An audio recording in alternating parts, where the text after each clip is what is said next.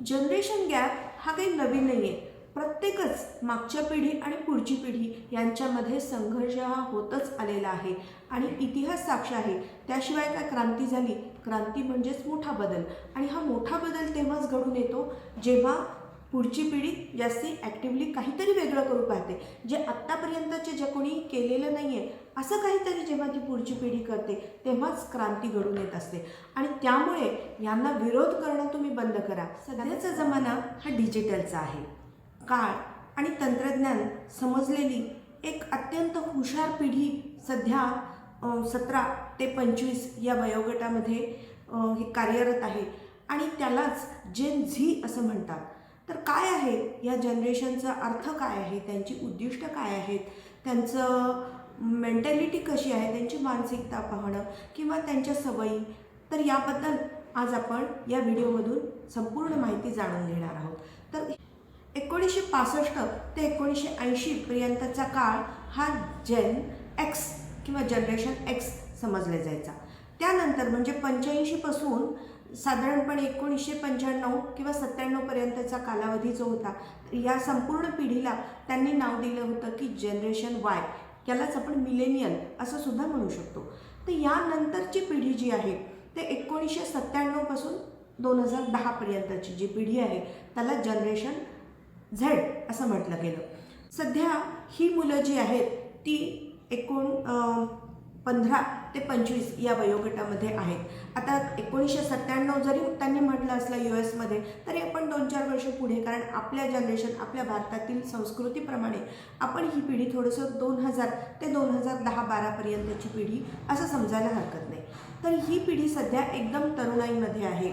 तर ही संपूर्ण पिढी जी आहे ती जन्मल्यापासूनच त्यांनी डिजिटल युग पाहिलेलं आहे. Social media, computers, internet, mobile म्हणजे स्मार्टफोन्स, ह्या सगळ्या गोष्टी सोबत घेऊनच ही पिढी जन्मलेली आहे, वाढत आहे. त्यांचं लहानपण पूर्णपणे यावरती गेलेलं आहे आणि ह्यामुळे ह्यांना या माहितीचं खूप जास्त, ह्या गोष्टींची जास्त माहिती आहे आणि त्यामुळे त्यांची जी मेंटॅलिटी बनलेली आहे तर ती त्याच्याशी आपल्याला जुळवून घेणं अधिक सोपं जावं म्हणून हा व्हिडिओ तुम्ही संपूर्ण पहा. नमस्कार, मी मंजुषा कुर्डूकर आणि मंजुळवाणी या आपल्या लाडक्या यूट्यूब चॅनलमध्ये तुम्हा सर्वांचं खूप खूप स्वागत करते.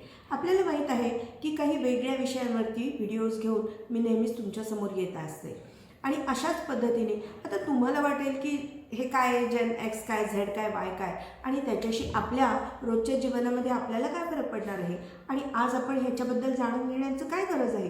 तर असं नाही आहे.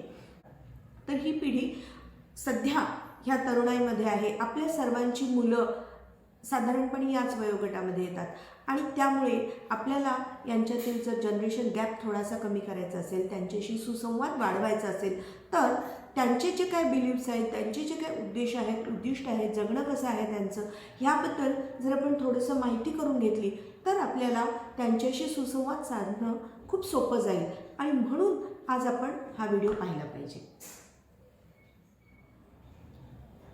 आता आपण पाहूया की या मुलांना अशा कोणत्या गोष्टी आहेत ज्या अट्रॅक्ट करतात.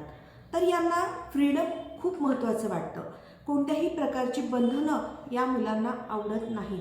त्यांच्यावरती सतत आपण शंका घेणं किंवा त्यांच्या पर्सनल आयुष्यामध्ये डोकावणं यांना अजिबात मान्य नाही. त्याच्यामुळे पालकांनो, ह्या गोष्टी तुम्ही सांभाळूनच करा. त्यांना त्यांची स्पेस द्या. त्यांना समजून घेण्यासाठी त्यांचे जे काय त्यांचे मोटिव्ह आहेत तर ते आज मी तुमच्यासमोर आज मांडू इच्छिते की यांना पैसा तर भरपूर कमवायचा आहे, पण आपलं फ्रीडम त्यांना गमवायचं नाही आहे. आता कोणत्याही कंपनीमध्ये त्यांना जर कोणी मोठ्या आवाजात आरडावीपणा जर केला तर ही पिढी अजिबात ऐकून घेत नाही. ते झटके लगेच ती कंपनी सोडून देतात, स्विच ऑफ करतात आणि दुसऱ्या कंपनीमध्ये जॉब शोधणं त्यांना ते जास्त योग्य वाटतं आणि त्यांना मिळतो देखील तितके इझिली, कारण त्यांचं नॉलेज अफाट आहे. त्यांचे जे स्वभाव आहे त्यांच्यामध्ये फटकळपणा आहे, पण त्यासोबतच ही पिढी काही मानवी मूल्यांना सुद्धा मानते. जुन्या ज्या अंधश्रद्धा आहेत, जातीवाद आहे, याविषयी यांची मतं खूप स्ट्रिक्ट आहेत. त्यांना याबद्दल अजिबात म्हणजे जातीवादाबद्दल यांना प्रेम नाही आहे. तर यांना समानतेवरती यांचा जास्ती विश्वास आहे. तंत्रज्ञान, समानता, प्रेम, विश्वास ह्या गोष्टी यांना जास्त आकर्षित करतात. पैसा कमावणं तर आहेच आहे, पण त्यासोबत सुद्धा स्वतःचं प्रायव्हसी जपणं. आता बरेचसे म्हणजे 17, 15, 18 वर्षाची जी मुलं आहेत त्यांना आपलं लोकेशन शेअर करणं, किंवा पूर्वी होतं म्हणजे जे आता 30-35 जी मुलं आलेली आहेत, ज्यांना मिलेनियल असं म्हटलं जातं, जी थोडीशी यांच्या आधीची पिढी होती, ती पण सोशल मीडियामध्ये खूप ॲक्टिव्ह आहे. पण त्यांना म्हणजे प्रत्येक गोष्टीमध्ये मी इथे आहे, मी लग्नात आहे, मी गावाला जात आहे, मी एरोप्लेननी जात आहे, ह्या गोष्टी जगाला सांगण्यात, सोशल मीडियावरती सांगण्यात खूप त्यांना अभिमान वाटायचा. पण ही जी जनरेशन आहे, जी 15, 18, 20 वर्षाची आहे, तर यांना या गोष्टी अजिबात अशा रिव्हील केलेल्या आवडत नाहीत. यांना स्वतःची प्रायव्हसी जास्त प्रिय आहेत. आपण कुठे आहोत, कोणत्या जागेवरती आहोत, काय करत आहोत सध्या, ह्या गोष्टी जगाला सांगण्याची त्यांना उत्सुकता नाही आहे. जेन झी ही पिढी पूर्णपणे मोबाईल, इंटरनेटमध्ये वाढत आहे आणि त्यांना त्याचा योग्य वापर, सोशल मीडियाचा योग्य वापर करणं खूप चांगल्या प्रकारे जमलं आहे असं मला वाटतं. कारण आपल्या काळामध्ये आपल्याला जेव्हा नवीन म्हणजे आपण 30-35 असताना, साधारण 40 असताना आपल्याला मोबाईल, इंटरनेट ह्या गोष्टी जास्त समजायला लागल्या आणि त्यामुळे सोशल मीडियाच्या माध्यमातून फसवणूक होणे किंवा म्हणजे आपल्याला एक प्रकारची त्याची भीती होती. आपण वावरतोय तर खरं, पण आपल्याला कोणी फसवेल का, आपण कोणाकडून फसवले जाऊ का, अशा अनेक शंका आपल्या डोक्यामध्ये असायच्या. आणि मोस्टली जे इंटरनेटवरून पैसे गंडवले किंवा काही शॉपिंगच्या माध्यमातून तुम्हाला गंडवल्या गेलं, अशा ज्या काही केसेस आहेत त्या सर्व आपल्या बाबतीत घडलेल्या आहेत. ही जी तरुणाई आहे ती खूप स्मार्ट आहे. तज्ज्ञांच्या मते आत्तापर्यंतच्या काळामध्ये सर्वात स्मार्ट पिढी म्हणून यांना घोषित करू शकतो आपण. इतकी ही हुशार आहे. यांची उद्दिष्ट काय आहेत, तर फक्त पैसा कमवणे एवढंच यांचं उद्दिष्ट नाही आहे. पैसा तर हे लोक खूप इझिली कमवत आहेत. आता आपण पाहिलं आहे का की आपल्या पिढीमध्ये आपले जे वडील, आपले आजोबा होते, त्यांना म्हणजे अख्ख्या आयुष्यभरामध्ये सुद्धा 2-5 लाखाचं त्यांचं बँक बॅलन्स होऊ शकायचं नाही. तर ही पिढी वर्षभरामध्ये एकूण 20 लाख ते 40-50 लाखापर्यंत यांना पॅकेज. आता पॅकेज ही एक नवीन टर्म सध्या खूप प्रचलित आहे. तर वर्षभराचं संपूर्ण कमाई त्याला ते म्हणतात पॅकेज. तर हे यांचं जे पॅकेज आहे ते 18-20 लाखापासून 40-50 लाखापर्यंत वाढलेलं आहे. आता विचार करा की या ज्या काही मोठ्या कंपन्या आहेत, मल्टीनॅशनल कंपन्या, तर या इतक्या छोट्या मुलांना म्हणजे 18, 20, 22 वर्षाच्या मुलांवरती एवढ्या मोठ्या प्रमाणात इन्व्हेस्ट करू शकतात. त्या अर्थी त्यांच्याकडून काहीतरी करून घेण्यासारखं त्यांना वाटत आहे, म्हणूनच त्यांना ते एवढा पगार देऊ शकतात ना. आज 40चा माणूस जर नवीन जॉब हुडकू लागला किंवा त्याला काही नवीन हे करायचं असेल, तर तो इतक्या इझिली ह्या मल्टीनॅशनल कंपन्यांमध्ये त्याला एवढं मोठं पॅकेज देऊन हायर केलं जात नाही. तर ते तरुणाईला जास्त प्रेफरन्स देत आहेत, कारण त्यांची जी विचार करण्याची शक्ती आहे, त्यांचं जे ह्या तंत्रज्ञानाशी जुळवून घेण्याचं तंत्र आहे, हे सगळ्या गोष्टी यांच्यासाठी खूप पूरक ठरणारे आहेत. आणि त्यामुळेच खूप मोठ्या प्रमाणामध्ये खूप कमी वयात जास्त पैसा कसा कमवायचा याचं नॉलेज किंवा याची माहिती, याचे मार्ग ह्या मुलांना खूप चांगल्या प्रमाणामध्ये समजलेले आपल्याला दिसून येतात. त्यामुळे या मुलांना समजून घेताना मागच्या पिढीने लक्षात ठेवलं पाहिजे की त्यांना आपण प्रेमानेच जिंकलं पाहिजे. त्यांच्यावरती अरेरावीपणा किंवा आपली पिढी कशी आहे ना की जुन्या लोकांनी जे काही सांगितलं ते डोळे झाकून आपण फॉलो केलं, त्याच्यामध्ये उलट उत्तरं करण्याची आपल्यामध्ये हिंमत नव्हती. आपल्या आईवडिलांना जाब विचारण्याची आपल्यामध्ये हिंमत नव्हती.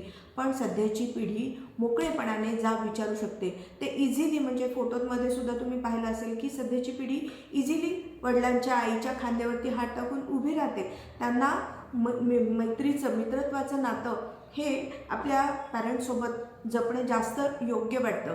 आपण विचार करा, आपण आपल्या आईवडिलांच्या असं खांद्यावरती हात वगैरे ठेवून इझिली उभे राहू शकत होतो का?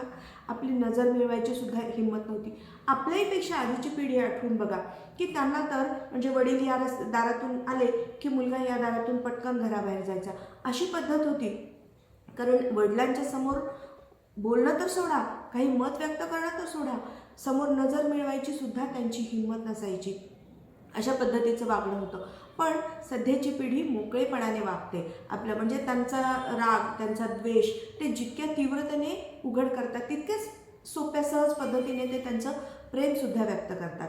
त्यामुळे यांना जर समजून घ्यायचं असेल तर त्यांना विश्वासाने आणि प्रेमानेच समजून घेतलं पाहिजे. मग ते तुमच्यासाठी वाटेल ते करतील, पण त्यांच्यावरती दबाव आणून किंवा त्यांना तुम्ही रागवून त्यांच्याकडून काम करून घेऊ शकत नाहीत. ही गोष्ट पालकांनी लक्षात घेतली पाहिजे. त्यांना योग्य प्रकारे मार्गदर्शन, अर्थात त्यांची इच्छा असेल ऐकण्याची तरच तुम्ही करा. अननेसेसरी उगीच बस मी तुला काही चांगल्या गोष्टी सांगतोय अशा पद्धतीने जर तुम्ही सांगू पाहत असाल तर ते अजिबात ऐकून घेणार नाहीत. त्यांना पटेल, त्यांना रुचेल अशा भाषेतच त्यांच्याशी आपल्याला संवाद साधायचा आहे. आणि तरच ह्या दोन्ही जनरेशनमधला हा जो गॅप आहे, ही जी दरी आहे ती आपण भरून काढू शकू. मला माहीत आहे की आपल्या पिढीला हे सगळं थोडंसं खूप जड जात आहे, कारण आपण खूप वेगळ्या संस्कारात वाढलेलो आहोत आणि आपली पुढची पिढी खूप वेगळ्या जनरेशनमध्ये वाढत आहे. आणि यांच्याशी सुसंवाद आपल्याला एकाच वेळी साधायचा आहे, कारण आपले आईवडील, सासू सासरे यांच्याशी जुळवून घेत असतानाच, त्यांना सांभाळत असताना, त्यांची मतं सांभाळत असतानाच आपल्याला या पुढच्या पिढीला आणि ह्या दोघांमध्ये क्लॅशेस होऊ नयेत म्हणूनसुद्धा आपल्याला खूप प्रयत्न करायचे आहेत. कारण नातू आणि आजोबा ह्यांच्यामध्ये तर खूप मोठी तफावत आहे. तर त्यांना आपल्याला साधणारा दुवा व्हायचा आहे. आणि अशा प्रकारे जर तुम्ही वागू लागलात तर नक्कीच तिन्ही पिढ्यांचा समन्वय साधणे आपल्याला जास्ती सोपं जाणार आहे. आजचा व्हिडिओ तुम्हाला कसा वाटला ते मला कमेंट्समधून नक्की सांगा हां.